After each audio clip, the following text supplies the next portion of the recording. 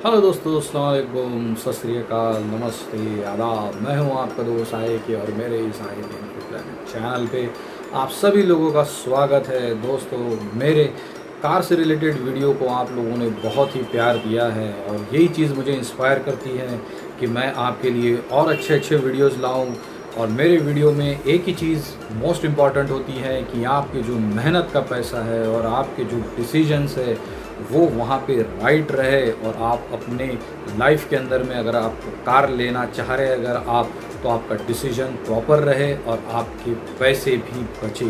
तो ये सभी ऑब्जेक्टिव्स को लेके दोस्तों मैं यहाँ पर हमेशा हमारे वीडियो बनाते रहता हूँ। आज भी मैं इसी तरीके का एक वीडियो आप लोगों के सामने लाया हूँ जो कि आप लोगों के लिए बहुत ही इम्पॉर्टेंट है। दोस्तों, हम सब लोगों का ख्वाब होता है कि हम लोग एक ड्रीम कार ले, लेकिन ये कार लेने के पास में बहुत से लोगों के पास में बजट प्रॉपर नहीं होता है। तो हम लोग प्लान करते हैं कि हम लोग कार जो है वो लोन पे लेते हैं। तो लोन पे लेते समय दोस्तों हमें बहुत सारी सावधानियां बरतने की ज़रूरत है। अगर हम ये सब सावधानियां प्रॉपर तरीके से अगर ना ले तो हो सकता है कि जो लोन हम ले रहे हैं वो हमें काफ़ी महंगा पड़ सकता है। तो दोस्तों, आज के वीडियो में मैं आपको ये सभी सावधानियां किस तरीके से हम ले ये सब बताने वाला हूँ। तो चलिए इस वीडियो को हम स्टार्ट करते हैं और इस वीडियो के एंड तक ज़रूर बनिए रहिए दोस्तों। और अगर आपने मेरे इस चैनल को सब्सक्राइब नहीं किया है तो प्लीज़ मेरे इस चैनल को सब्सक्राइब कीजिए, साथ में जो बेल आइकॉन है उसको भी प्रेस कीजिए। तो चलिए वीडियो को स्टार्ट करते हैं।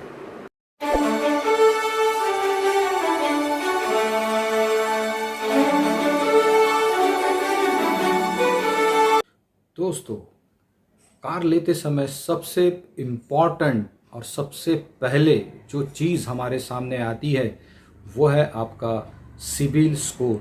सो मोस्टली होता ये है दोस्तों, अगर आपने कभी इसके पहले लोन नहीं लिया है तो आपका सिबिल स्कोर जो है वो ज़ीरो रहता है। तो ये सिबिल स्कोर अच्छा करने के लिए दोस्तों आपको क्या करना है कि कोई भी एक छोटी सी चीज़ जैसे कि मोबाइल है या और भी कोई गैजेट या कोई भी 2-4-5 हज़ार की चीज़ आप ईएमआई पे लीजिए और ईएमआई पे लेने के बाद में वो ईएमआई आप प्रॉपर तरीके से उस बैंक को आप पे कीजिए। इस छोटी सी रकम का ईएमआई प्रॉपर तरीके से पे करने से आपका सिबिल स्कोर जो है वो बहुत बढ़िया हो जाता है। और जब आप इस तरीके के बड़े लोन लेते हैं तो इस समय आपको जो रेट ऑफ इंटरेस्ट लगेगा, जैसे कि आप कार का अगर लोन ले रहे हैं तो उस समय आपका सिबिल स्कोर अगर बहुत बढ़िया है तो वो लेते समय आपको कार लोन का जो इंटरेस्ट है वो बहुत ही कम पड़ेगा। सबसे मिनिमम रेट में आपको कार लोन मिलेगा। इसलिए आपका सिबिल स्कोर अच्छा रहना बहुत ज़रूरी है। तो आप इस तरीके से अपने सिबिल स्कोर को बढ़िया कर सकते हैं। दोस्तों, जब हम कार लोन लेने के लिए जाते हैं तो उस समय कार लोन जो है वो आपका डीलर भी आपको प्रोवाइड करके देता है। साथ ही साथ आप किसी भी बैंक से कार लोन ले सकते हैं। साथ ही साथ कुछ फाइनेंस कंपनियां भी होती है वो भी आपको वहां पर कार लोन ऑफर करती है। तो अब हमारे सामने ये कन्फ्यूजन आ जाता है कि हमने कार लोन एक्चुअली किससे लेना चाहिए, डीलर से लेना चाहिए या फिर किसी बैंक से लेना चाहिए या फिर फाइनेंस कंपनी से लेना चाहिए। तो दोस्तों, मेरा सजेशन आप लोगों को यही रहेगा कि जो बंदा आपको सबसे मिनिमम रेट ऑफ इंटरेस्ट दे रहा है वहां पर आप जाइए। डीलर का हो सकता है कि उसके अंदर में कुछ कमीशन होगा, तो कमीशन रहने की वजह से ये होता है कि आपको जो कार लोन है वो थोड़ा सा महंगा हो सकता है। तो इसकी आप थोड़ी सी अच्छे से जानकारी ले लीजिए। थोड़ा सा आपको सर्वे करना पड़ेगा, अलग अलग बैंकों में जाके विजिट करना पड़ेगा, देखना पड़ेगा कि इनके रेट ऑफ इंटरेस्ट क्या है और डीलर आपको क्या ऑफर कर रहा है। उसके हिसाब से यहाँ पर आपको डिसीजन लेना पड़ेगा। अगर आप मेरी माने और अगर आप सैलरीड पर्सन है तो आपकी सैलरी जिस बैंक में होती है, अगर आप वहां से अगर कार लोन लेते हैं तो वो मेरे हिसाब से काफी बेनिफिशियल रहता है। जैसे कि मैंने थोड़ी देर पहले आपको सिबिल स्कोर के बारे में बताया, अगर आपका खुदा ना खास्ता कोई सिबिल स्कोर है ही नहीं तो जनरली जहां पे आपका सैलरीड अकाउंट होता है तो आप वहां के बैंक मैनेजर से रिक्वेस्ट कीजिए। उनके पास में कुछ प्रोविजन होती है, मैं थोड़ा ज्यादा डिटेल में नहीं जानता, लेकिन वो आपका सिबिल स्कोर वहां पे मैनेज करके दे देते हैं और आपको काफी मिनिमम रेट ऑफ इंटरेस्ट में कार लोन वहां पे वो अवेलेबल करवा के देते हैं। लेकिन वो कौन सी बैंक है? जहां पे आपकी सैलरी अटैच है, जिस बैंक में आपकी सैलरी जमा होती है। तो जनरली कोशिश कीजिए कि आप वहीं से बैंक लोन ले। अगर उसका रेट ऑफ इंटरेस्ट ज़्यादा है तो मैं आपको सजेस्ट नहीं करूँगा। आपको जहां सबसे लो रेट ऑफ इंटरेस्ट है आप वहां पर जा सकते हैं।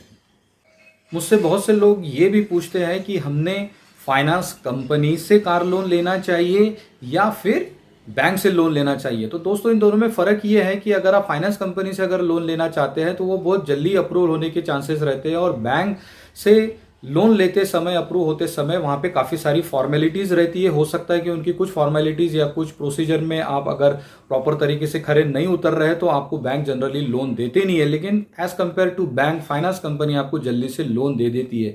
लेकिन आपको यहाँ पे अलर्ट रहना है, बैंक में भी और साथ ही साथ फाइनेंस कंपनी में भी, कि उसमें और कौन कौन से डिफरेंट अलग अलग किस्म के चार्जेस वो लोग इंक्लूड करते हैं, ये सब हमको चेक करना है। तो अब वीडियो के आगे मैं आपको यही सब चीजें बताने वाला हूं कि लोन लेते समय आपको कौन कौन सी चीजों के ऊपर में ध्यान देना चाहिए, जिससे आपको बहुत ही कम पैसे में लोन मिल सकता है। दोस्तों अब मैं आपको एक बहुत ही इंपॉर्टेंट चीज़ बताने जा रहा हूँ। हो सकता है कि आपको मेरे बात पे भरोसा नहीं होगा। मैं आपको ये बताने जा रहा हूँ कि जो रेट ऑफ इंटरेस्ट है इसमें आप बैंक के साथ में बार्गेनिंग कर सकते हैं, निगोशिएशन कर सकते हैं, और ये होता है, मैंने किया हूँ और मेरा निगोशिएशन हुआ है और मुझे कम रेट ऑफ इंटरेस्ट में बैंक ने लोन दिया है। तो इसके लिए आपको करना ये है कि आप जो भी रिनाउंड बैंकें हैं और दूसरी जो बैंकें जो कॉमनली लोन प्रोवाइड करती है, वो सभी बैंक का एक सर्वे कर लीजिए और देख लीजिए कि कौन सी बैंक का रेट ऑफ इंटरेस्ट कितना है, और उसके हिसाब से आप जिस बैंक को फाइनलाइज कर रहे हैं उनके साथ में आप निगोशिएशन कीजिए। और 100% रेट ऑफ इंटरेस्ट में निगोशिएशन होता है, यहाँ पे आपके पैसे बच सकते हैं। नेक्स्ट इंपॉर्टेंट पैरामीटर, आपको यह तय करना है कि जो कार लोन होता है वो दो किस्म के इंटरेस्ट में अवेलेबल होता है।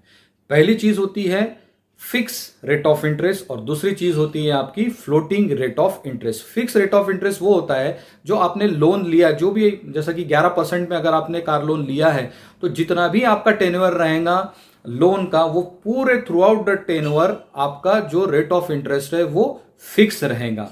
और दूसरा होता है फ्लोटिंग। जनरली हर साल जो रेट ऑफ इंटरेस्ट है वो उसमें कुछ ना कुछ, या तो रेट ऑफ इंटरेस्ट बढ़ेगा या तो वो रेट ऑफ इंटरेस्ट कम होगा। तो आप फ्लोटिंग रेट ऑफ इंटरेस्ट अगर लेते हैं तो हर साल आपका रेट ऑफ इंटरेस्ट चेंज रहेगा।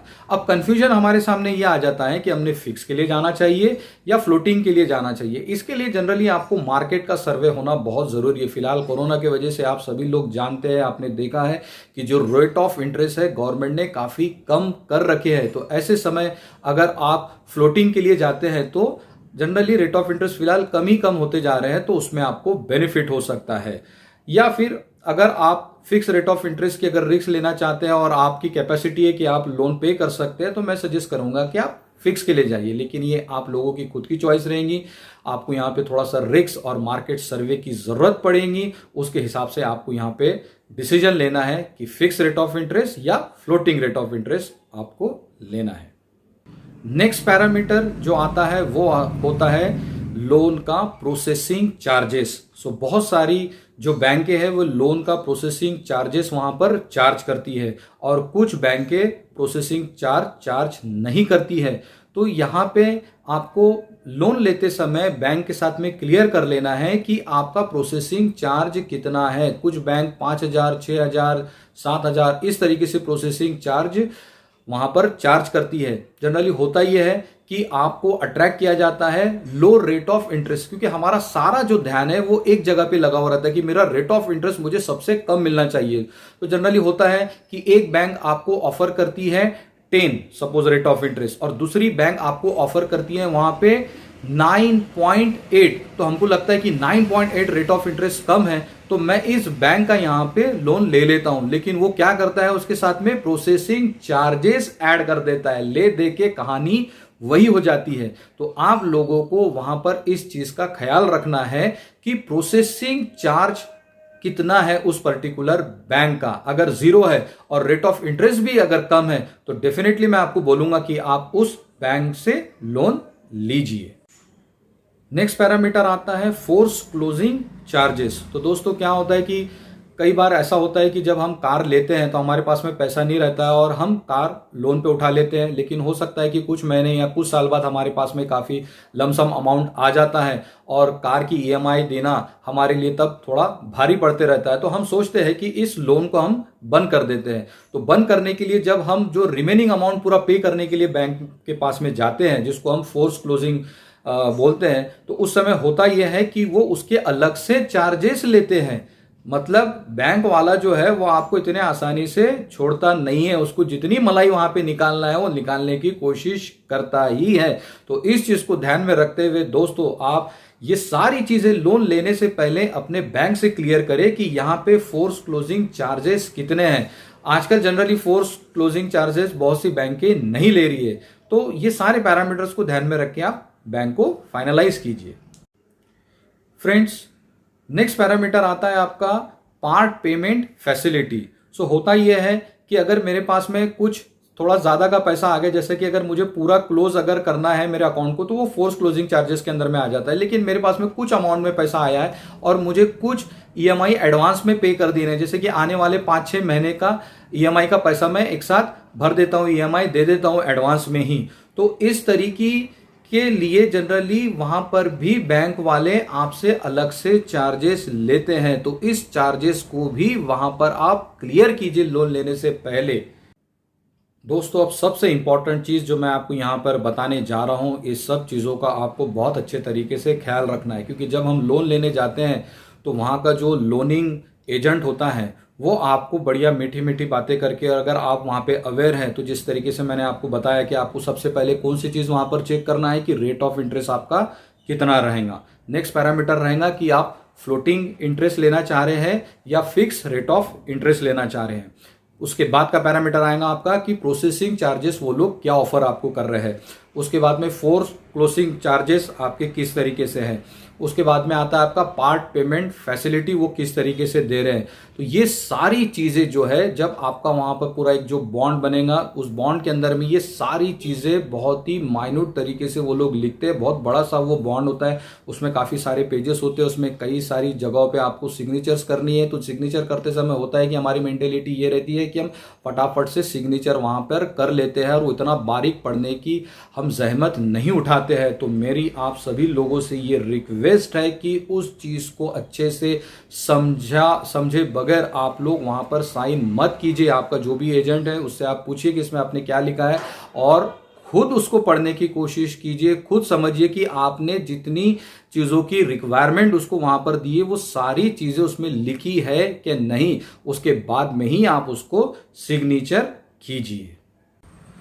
और एक लास्ट की चीज मैं यहां पर आपको बताना चाहता हूं, जिसमें बहुत से लोगों को कंफ्यूजन रहता है, तो वो चीज आप यहां पे क्लियर कर लीजिए कि लोन लेते समय बैंक वाले बोलते हैं कि हम 100% आपको लोन दे रहे हैं या 80 to 85% आपको लोन दे रहे हैं। तो ये चीज जरूर चेक कीजिए कि वो जो लोन आपको दे रहे हैं वो ऑन रोड वैल्यू के ऊपर में आपको लोन दिया जा रहा है कि एक्स शोरूम के ऊपर में वो लोन दिया जा रहा है। तो जो बैंक आपको ऑन रोड लोन दे रही है या 100% दे रही है या 85% लोन दे रही है, तो आप उसके साथ में जाइए, क्योंकि लोनिंग अमाउंट आपका वहां पे बड़ा रहेगा। अदरवाइज आपको डाउन पेमेंट काफी ज्यादा देना पड़ सकता है, उस समय आप मुश्किल में आ सकते हैं। तो इस चीज को आपको वहां पे क्लियर करना बहुत ही जरूरी है। और एक चीज मैं आपको यहां पे बताना चाहूंगा कि जब आप कार लोन पे लेते हैं तब आरटीओ पासिंग करते समय एक 1500 रुपए का चार्ज वहां पे एक्स्ट्रा का ऐड होता है लोन लेने का, जिसको हाइपोथेकेशन चार्जेस कहा जाता है। तो ये चीज का भी आप ख्याल रखिए कि लोन अगर आप ले रहे हैं तो एक्स्ट्रा के आपको 1500 रुपए वहां पर पे करने हैं। उम्मीद करता हूं दोस्तों आप लोगों को आज के मेरे इस वीडियो से कार लोन लेते समय काफ़ी सारी जानकारियां यहाँ पर मिली होंगी, जिससे आप कार लोन बहुत अच्छे तरीके से और बढ़िया तरीके से और कम रेट ऑफ इंटरेस्ट में ले सकेंगे, जिसमें आपके पैसे काफ़ी सारे बचेंगे। सो दोस्तों, अगर मेरा ये वीडियो आप लोगों को पसंद आया होगा तो प्लीज़ मेरे इस वीडियो को आप लाइक कीजिए, शेयर कीजिए, कमेंट कीजिए और मेरे इस IK Info Planet चैनल को सब्सक्राइब कीजिए। So thank you so much for watching this video.